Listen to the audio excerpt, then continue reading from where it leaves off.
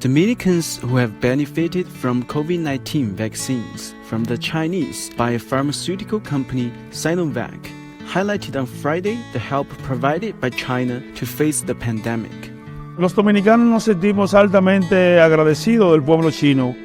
En un momento en que el mundo estaba oscuro, en la búsqueda de medicamentos para enfrentar un gran desafío que era la pandemia del COVID-19, apareció el pueblo chino y nos brindó tranquilidad. La vacuna que nos colocamos, que fue la primera en llegar a nuestro país, fue la Sinovac, la vacuna china, y como médico y personal de la salud nos la colocaron a todos gratuitamente.